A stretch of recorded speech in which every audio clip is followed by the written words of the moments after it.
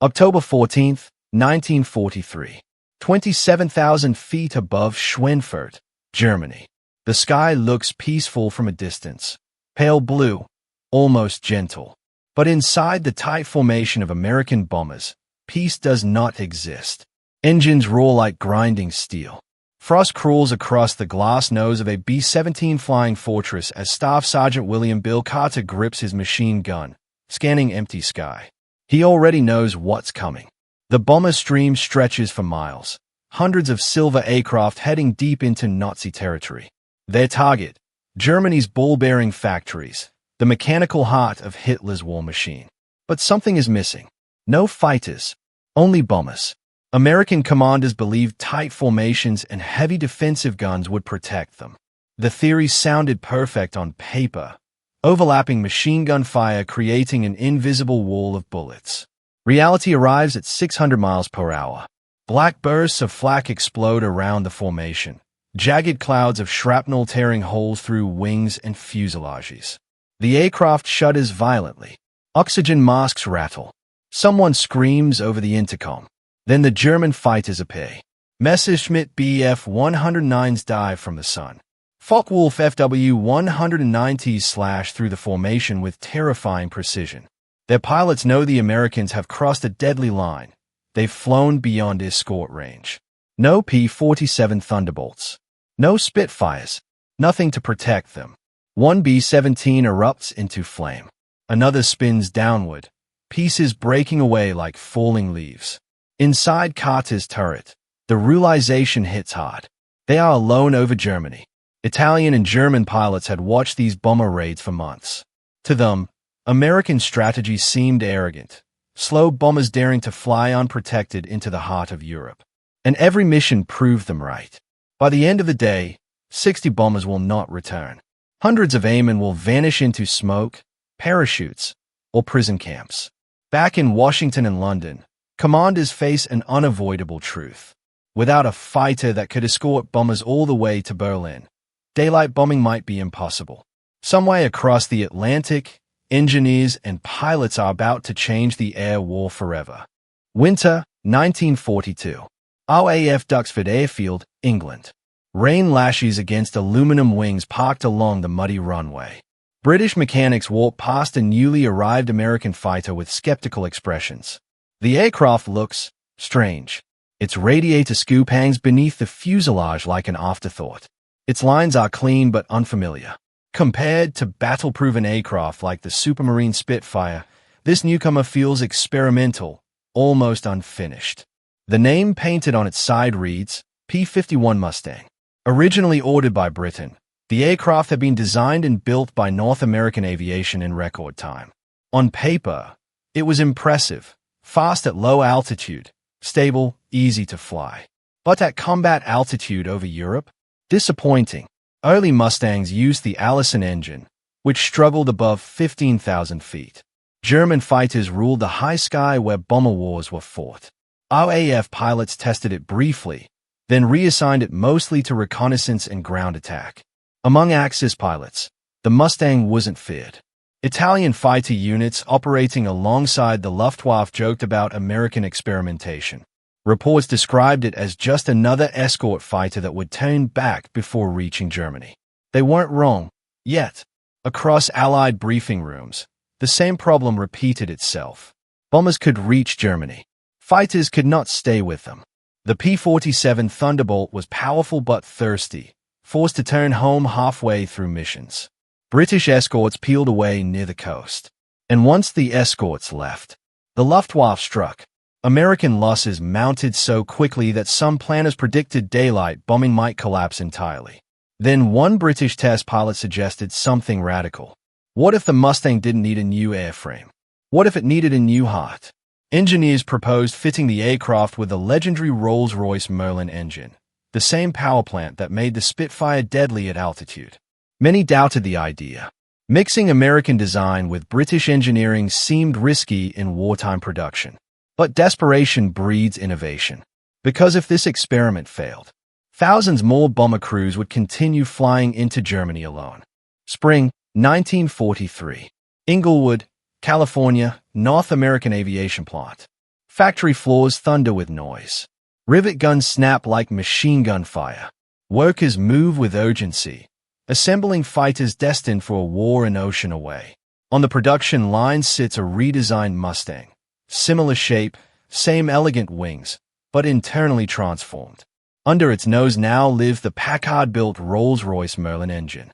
Test pilot Bob Chilton climbs into the cockpit, unaware he's about to fly one of the most important aircraft of World War II. The Mustang lifts from the runway smoothly. At 10,000 feet, it performs well. At 20,000 feet, it keeps climbing. At 30,000 feet, where bombers fight and die, the aircraft comes alive. The Merlin engine feeds compressed air into the cylinders, delivering power where earlier fighters suffocated. Speed surges past 430 miles per hour. Controls remain light. Fuel efficiency astonishes engineers. But the true revolution isn't speed. It's range. Engineers attach detachable drop tanks beneath the wings, long-range fuel tanks allowing the fighter to travel hundreds of additional miles. For the first time, an American escort fighter could fly deep into Germany and come back. When reports reach Allied command, disbelief spreads. A fighter capable of escorting bombers all the way to Berlin? It sounds impossible. Meanwhile, across occupied Europe, Luftwaffe intelligence officers examine reconnaissance photos of the new aircraft appearing in England. Initial assessments remain confident. Another American fighter. Another escort that will eventually turn home. Italian pilots stationed in northern Italy reportedly laughed at briefings mentioning the Mustang. No fighter could stay with bombers that long. No pilot could endure such distance in combat conditions. But in late 1943, American squadrons begin arriving in Britain equipped with a new P-51 Mustang. Young pilots study maps stretching across the entire continent, routes reaching Hamburg, Leipzig, even Berlin itself. For the first time, bomber crews hear words they have never heard before. Escort fighters will remain with you for the entire mission. The air war over Europe is about to change, and the Luftwaffe doesn't yet realize its greatest advantage is disappearing. December 1943. RAF Bodney, Eastern England. Dawn breaks cold and grey over the airfield. Frost clings to the wings of dozens of sleek new fighters lined across the runway, their noses painted red, engines coughing awake one by one. The pilots of the 354th Fighter Group receive final instructions. Target, Germany. Escort duration, full mission. Some bomber crews don't believe it. Inside briefing rooms, veterans exchange skeptical glances. They've heard promises before. Escorts always turn back somewhere over Belgium or the Netherlands. But today is different. As hundreds of B-17 Flying Fortresses and B-24 Liberators form up over England, silver contrails carve white scars across the sky. Then, sliding into position beside them, appear the Mustangs. Slim, fast, unfamiliar. Lieutenant James Howard checks his gauges as his P-51 settles into escort position. Beneath his wings hang long aluminum drop tanks, extra fuel that represents survival for the bombers ahead. The formation crosses the English Channel. Still the Mustangs remain. Over France, still there. Over Belgium, still there. German radar operators notice immediately. Reports rush through Luftwaffe command centers. American fighters, still accompanying bombers. Interceptors scramble anyway. Messerschmitt Bf-109s climb hard toward the bomber stream, expecting the usual moment when escorts peel away. But when German fighters attack, something shocking happens. The Mustangs don't defend passively. They hunt. American doctrine changes overnight.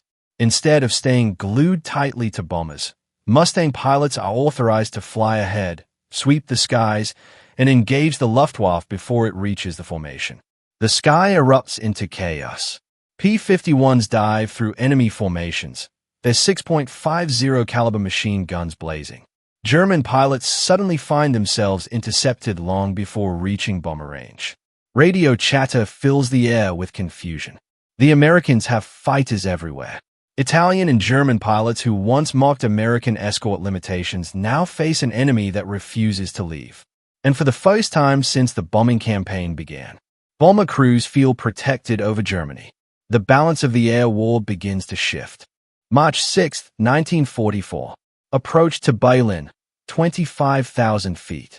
Berlin lies ahead beneath a blanket of cloud and smoke, the political heart of Nazi Germany, long considered untouchable in daylight. For years, German commanders believed no Allied bomber force could reach the capital with fighter protection. That belief ends today. More than 800 American bombers advance toward Berlin, their formation stretching beyond the horizon. And surrounding them, above, below, and far ahead, swarm hundreds of P-51 Mustangs. German radar screens glow with alarming signals. Interceptors scramble from airfields across Germany. Experienced Luftwaffe aces climb into their Bf-109s and Fw-190s, confident they will repeat past victories. But something feels wrong the moment they reach altitude. Before they even see the bombers, Mustangs attack. Silver fighters dive out of the sun, engines screaming, guns flashing. American pilots no longer wait defensively. They roam aggressively, hunting German aircraft near their own bases. Mustangs chase interceptors during takeoff. They strafe airfields. They force enemy pilots into combat before formations can even organize. German radio transmissions grow frantic. Achtung! Amerikanische Jäger überall. American fighters everywhere. Italian units stationed in northern Germany encounter the same shock. Pilots who once laughed at the Mustang now face aircraft that outclimb, outrange, and often outfight them at altitude. Fuel becomes the Luftwaffe's enemy. German fighters must conserve precious gasoline, while Mustangs, carrying drop tanks, remain over Germany for hours. Each interception costs Germany experienced pilots it cannot replace. Bombers reach Berlin. Bombs fall across rail yards, factories, and infrastructure once shielded by distance. Smoke rises above the capital while Mustangs circle overhead, daring the Luftwaffe to respond again. That day marks more than a successful raid. It marks the loss of German air superiority. From this point forward, the Luftwaffe fights a defensive war in its own skies, exhausted, outnumbered, and increasingly hunted. The aircraft once dismissed as insignificant has become the long-range sword of Allied air power, and the consequences will reshape the final year of the war.